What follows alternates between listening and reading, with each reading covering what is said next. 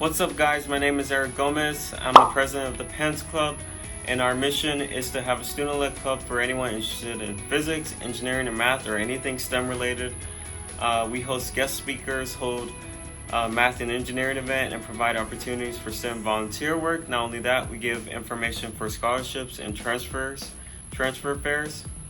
We'll be hosting online events due to COVID, such as game nights. We'll be doing live stream events for NASA or SpaceX to watch together.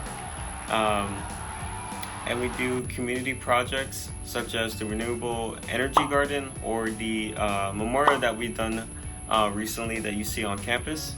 And some ideas we want to incorporate is the student mentorship program, COVID resources, robotics webinar, FE exam prep, anything to help our students or the community.